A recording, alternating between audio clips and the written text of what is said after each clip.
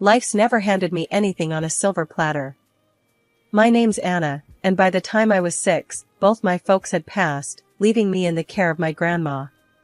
She was tough as nails, but with a heart of gold. We didn't have much, but she made damn sure I never felt wanting for love. Education? Well, that was a luxury we couldn't afford. I learned to read and write, but school was a dream that ended when I had to start working to help out.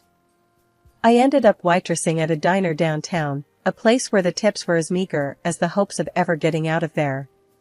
But it paid the bills, or at least some of them, and it kept me on my feet. That's where I met James. He walked in one rainy afternoon, all drenched and looking like something out of a magazine with his fancy suit and that lost look on his face. "Can I get a coffee, black, and maybe a slice of your best pie?" he asked, shaking off the rain. "Sure thing, coming right up," I replied, trying not to show how his smile made my heart skip a beat. James was from a different world, one where people didn't worry about their next meal or whether they could afford the rent. We got to talking, him with his curious questions about my life, and me, well, I was just being my straight-up self. "So, what's a guy like you doing in a dive like this?" I couldn't help but ask.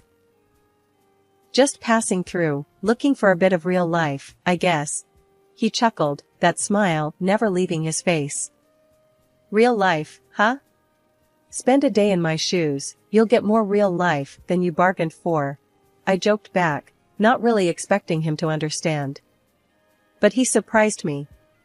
He kept coming back, not just for the coffee, but for the conversations. We talked about everything and nothing, and somewhere along the line, I started to fall for him. Hard. James introduced me to his world, one I never knew existed. Fancy dinners, parties where people talked about things I barely understood, and yet, he never made me feel out of place. He was different, kind, and genuinely interested in me, not just my story. Then there was Eleanor, James's mother. The first time I met her, I knew she was sizing me up, her eyes sharp, missing nothing. "So, you're the girl who's caught my son's attention," she said, her voice cool, her gaze even colder. "Yeah, guess I am," I replied, trying to sound more confident than I felt. "Well," was all she said, turning her attention back to James as if I was no longer there. It was clear from the get-go she didn't approve of me. I was too simple, too uneducated, too everything she didn't want for her son. Eleanor's disdain wasn't the silent type. It was loud, clear, and made its presence felt every single time she walked into a room. If there was one thing I learned quickly after marrying James, it was that his mother, Eleanor, had an opinion on everything. And she wasn't shy about letting you know exactly what she thought, especially if it involved me. Living under the shadow of her disdain was like walking on eggshells, only the eggshells were made of glass, and I was barefoot. Every dinner, every family gathering, she had a way of making her disapproval known, her words sharp enough to cut through the thickest skin. One evening, James and I invited her over for dinner, a simple affair. I had spent the day cooking, trying to make everything perfect, hoping, foolishly, maybe, that I could win her over with my culinary skills. The moment she stepped through the door, I knew it was going to be a long night. "Oh, you decided to cook, Anna? How quaint," she remarked, her voice dripping with condescension as she glanced around our modest living room. "Yeah, thought we'd have a nice family dinner." "Sit down, make yourself comfortable," I replied, forcing a smile, trying to keep the peace for James's sake. James, bless him, tried to smooth things over. "Mom, Anna's been working hard on this meal. Let's just enjoy the evening, okay?" Dinner was a battlefield. With every dish I served, Eleanor had a comment. "This is interesting, Anna. Not what I would have chosen, but I suppose it's edible." I clenched my jaw, counting to 10 in my head. "Glad you think so. Tried something new tonight." James shot me a sympathetic look, his way of saying, "Just ignore her." But ignoring Eleanor was like trying to ignore a hurricane in your living room. The real kicker came when we were talking about Lily's upcoming school year. "I've been looking into schools for Lily," Eleanor began, her tone suggesting she had already made decisions. The local public school simply won't do. A girl of her potential needs the best education we can provide. I felt my hackles rise. James and I have been discussing schools. We think the local school is just fine. Eleanor turned her sharp gaze on me. Anna, with all due respect, what do you know about education? Your background doesn't exactly scream expertise in the matter. That stung. I could feel James tense up beside me, but before he could say anything, I jumped in. My background might not be fancy, Eleanor, but I know plenty about making the best out of what you've got. Lily will be fine. The rest of the evening passed in tense silence. After Eleanor left, James tried to apologize. Anna, I'm sorry. She's just set in her ways? Yeah, I've noticed, I interrupted, not wanting to hear excuses for her behavior. It wasn't just the dinners or the snide remarks about my cooking or our home. It was the way she treated me, like I was an inconvenience, a mistake her son had made. But I wasn't about to let her walk all over me. I had faced tougher things in my life than Eleanor's disdain. What bothered me most was the way she talked about Lily, as if I had no say in my daughter's upbringing.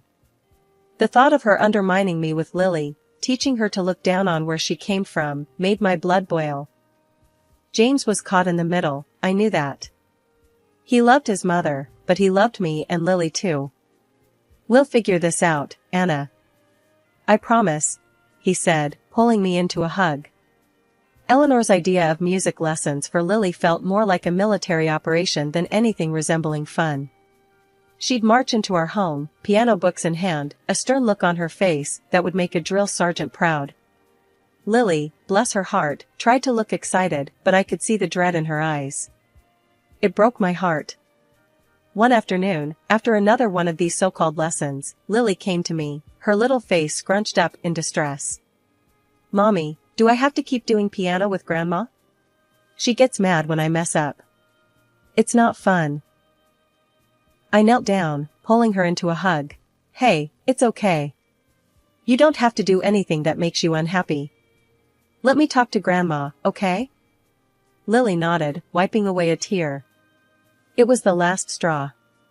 I decided it was time for a showdown with Eleanor.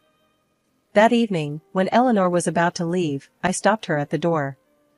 Eleanor, we need to talk about these music lessons, I said, my voice steady but firm. Oh? What about them? She replied, her tone icy, as if she already knew where this was going. Lily's not happy. She's stressed and upset after every lesson. I thought these were supposed to be fun for her. Eleanor scoffed. Fun? Music isn't about fun, Anna. It's about discipline, about learning to appreciate the finer things in life. Something you'd know nothing about. I felt my cheeks flush with anger. Listen, I appreciate you wanting to teach Lily, but not like this. Not at the cost of her happiness. Eleanor's eyes narrowed. And what do you suggest? Letting her quit. That's the problem with your generation. Too quick to give up. No wonder you ended up where you are. That stung. More than I wanted to admit.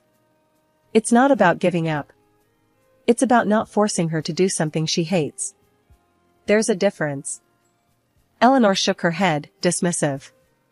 I won't stand by and watch my granddaughter waste her potential. If you're not interested in her future, I certainly am. That night, after Lily went to bed, I sat down with James. We need to talk about Eleanor and these piano lessons, I started, trying to keep my voice even. James looked up, his expression wary. What about them? Lily's miserable, James. She's scared of making mistakes, because your mom's too hard on her. She's losing her love for music. James sighed, running a hand through his hair. Mom just wants what's best for Lily. You know how she is with perfection. I felt my frustration rise. But at what cost? Our daughter's happiness? There was a long silence before James spoke again. I'll talk to Mom. But Anna, you know how she is. she said in her ways. Maybe we just give it a bit more time? I couldn't believe what I was hearing. More time? James, our daughter is unhappy. He didn't meet my gaze. I know, but Mom's heart is in the right place. Let's not make a big deal out of this, okay? We'll work it out. Just give it some time. The conversation ended there, but the issue didn't. James did talk to Eleanor, or so he said, but nothing changed. If anything, the lessons became more frequent, as if Eleanor was doubling down in the face of my concerns. It wasn't that I didn't appreciate music, it was the way Eleanor lorded over Lily, pressing her own brand of perfection onto her, that rubbed me the wrong way. But Lily was a trooper, and somehow, she managed to find joy in the keys, despite her grandmother's heavy-handed teachings. As our wedding anniversary approached, James and I decided to throw a party. Nothing too fancy, just a gathering of close friends and family to celebrate another year of us. The planning was going smoothly until Eleanor threw us a curveball. I've arranged for a special performance, she announced one evening, her tone leaving no room for argument.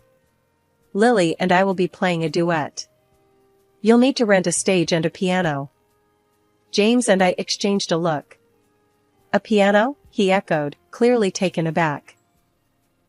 Yes, James. And make sure it's a grand piano. We'll be playing arpeggios, something Anna here might not be familiar with, Eleanor said, her voice dripping with that familiar condescension. I felt my cheeks burn, not from embarrassment, but from anger. The nerve of her, to assume I didn't know what arpeggios were. My grandmother had made sure I was as comfortable with Bach and Beethoven as I was with a frying pan and spatula. But I'd kept my musical skills a secret, a piece of me that I cherished privately, away from judgmental eyes. Not even James knew. But I swallowed my pride and bit back the sharp retort on the tip of my tongue. This wasn't about me or Eleanor. This was about Lily, and if playing this duet made her happy, then I'd move heaven and earth to make it happen. Sure, Eleanor. We'll make sure there's a stage and a piano, I said, my voice steady, despite the storm brewing inside me.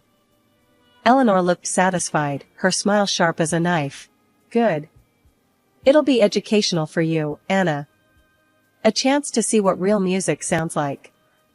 I forced a smile, imagining the look on her face if I sat down at that piano and let loose with a Chopin nocturne or a Debussy prelude. But this wasn't the time for showing off. This was about giving Lily a moment in the spotlight, away from the shadow of her grandmother's expectations. James, bless him, was clueless about the tension. It'll be great, babe. Lily's excited about it, he said later, wrapping an arm around me. I nodded, leaning into his embrace. Yeah, it'll be something all right.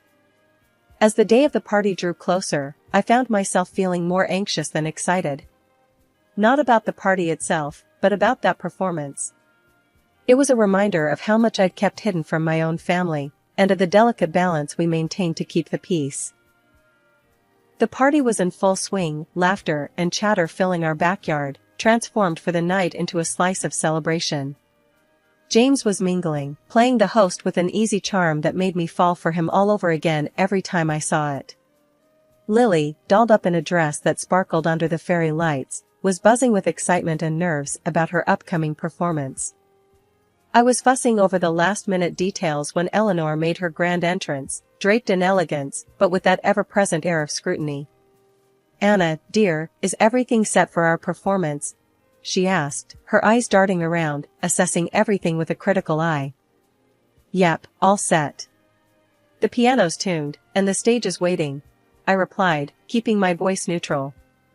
Inside, my stomach was a bundle of knots. This whole setup was Eleanor's show, but it was Lily I was worried about. As guests settled, Eleanor decided it was time. Let's not keep our audience waiting, she announced, herding a reluctant Lily towards the stage. But fate, it seemed, had other plans. As Eleanor stepped onto the stage, her heel caught on a loose cable. Time slowed as she stumbled, a gasp escaping from the crowd. Instinctively, she reached out, trying to steady herself on the piano, but instead, she tumbled, landing awkwardly on her arm. The music halted, replaced by murmurs of concern. James rushed to his mother's side, his face etched with worry. "Mom, are you all right?" he asked, as I hovered nearby, unsure of what to do. Eleanor, ever the prideful matriarch, brushed off the concern with a strained smile. "I'm fine, just a little mishap." "The show must go on," she insisted, though her voice betrayed a hint of pain. James wasn't convinced. "Maybe we should cancel the performance, Mom. You need to get that checked." But Eleanor wouldn't hear of it. "Absolutely not. We prepared for this, and we will perform," she said, her tone brooking no argument. I glanced at Lily, who looked more frightened than ever. I wanted to scoop her up and tell her she didn't have to go through with this, but Eleanor was already positioning her at the piano. The performance started, and it was clear from the first note that something was off. Eleanor's playing was hesitant, the fluid grace she usually possessed replaced by a stilted awkwardness. The pain from her fall was evident in every note she missed, every chord that came out wrong.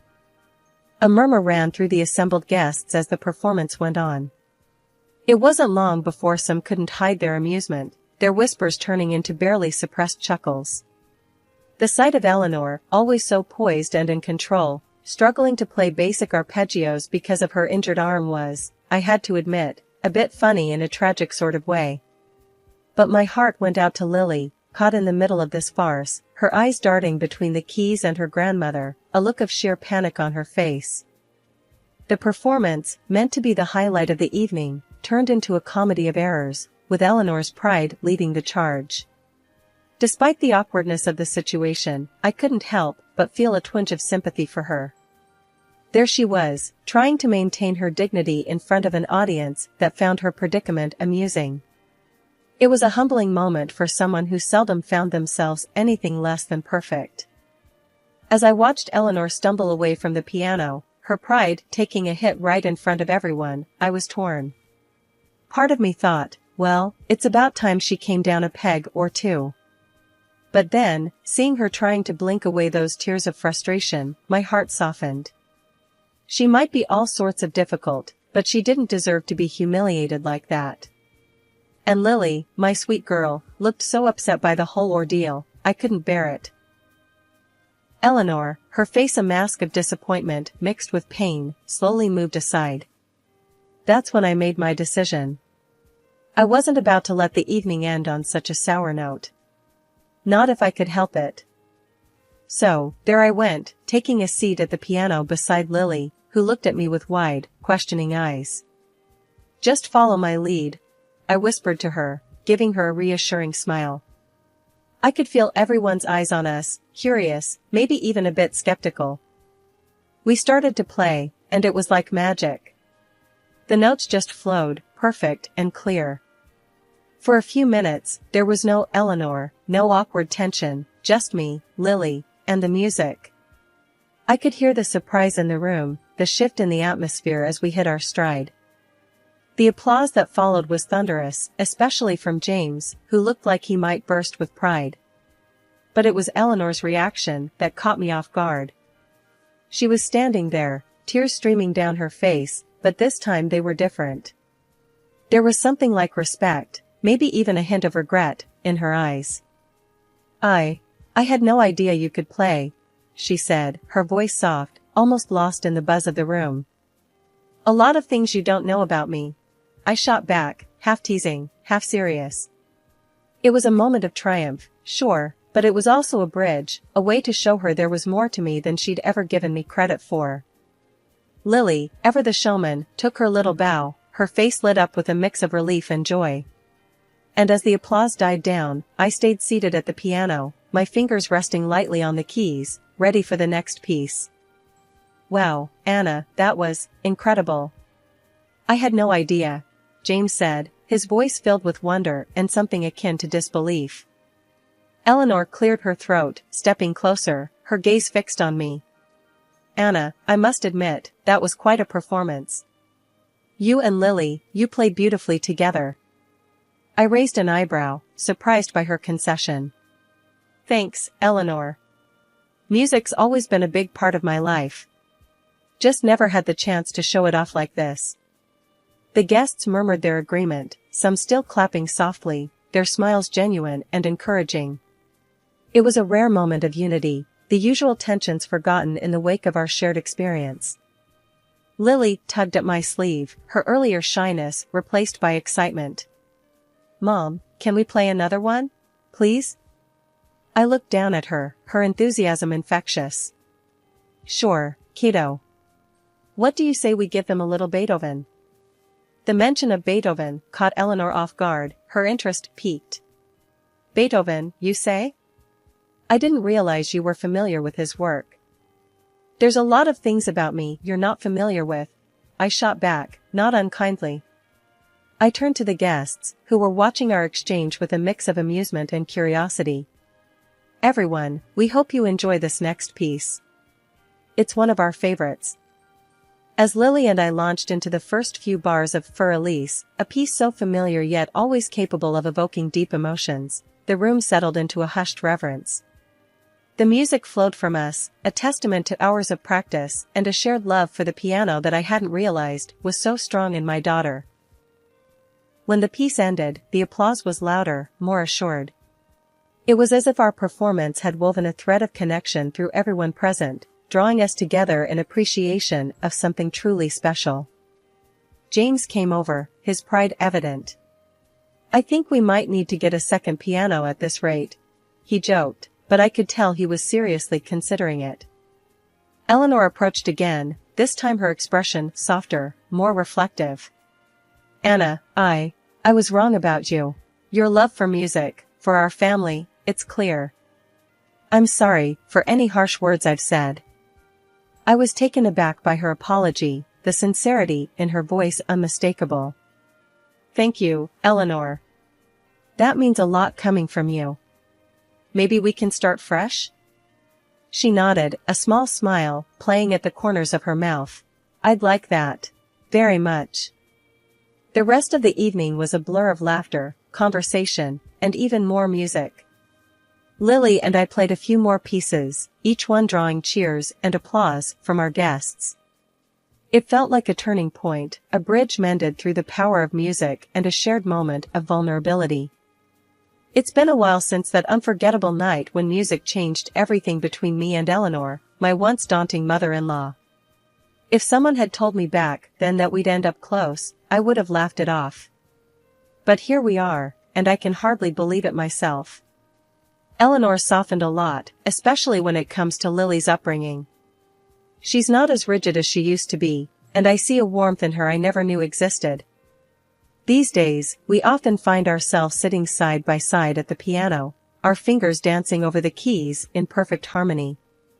It's become our thing, playing together during family get-togethers or quiet evenings at home. Who would have thought? One evening, as we finished a particularly challenging piece, I turned to Eleanor, unable to hide my grin. "Not bad for two amateurs, huh?" Eleanor actually chuckled, a sound so rare and precious it still caught me off guard. "Speak for yourself, Anna. I've always been a virtuoso in my own mind." Lily, who'd been listening, piped up from where she sat, a stack of music sheets in her lap. "Grandma, you're the best teacher. But Mom's catching up." Eleanor's gaze softened as she looked at Lily, then back at me. "We make a good team, don't we?" "Yeah, we do," I agreed, feeling a surge of pride. Not just in our music, but in how far we'd come, from cautious adversaries to partners in crime at the piano. James, ever the supportive husband and son, would often sit back with a contented smile, watching us. "You three are something else," he'd say, and I knew he meant every word. Eleanor and we talk a lot more now. Not just about music, but about life, love, and everything in between. She's opened up about the challenges of raising her kids alone, and I've shared my fears and dreams for Lily. These conversations, once unimaginable, have become a cherished part of our relationship. "Anna," Eleanor said one night, after Lily had gone to bed, "I was too harsh on you before. You brought something special into this family." Hearing those words, I felt a weight lift off my shoulders. "Thank you, Eleanor. That means the world to me." We've come a long way, Eleanor and I. From tension and misunderstanding to respect and genuine affection. It's not always perfect, but the progress we've made is undeniable. And much of it, we owe to those evenings at the piano, where, through the universal language of music, we found a way to understand each other.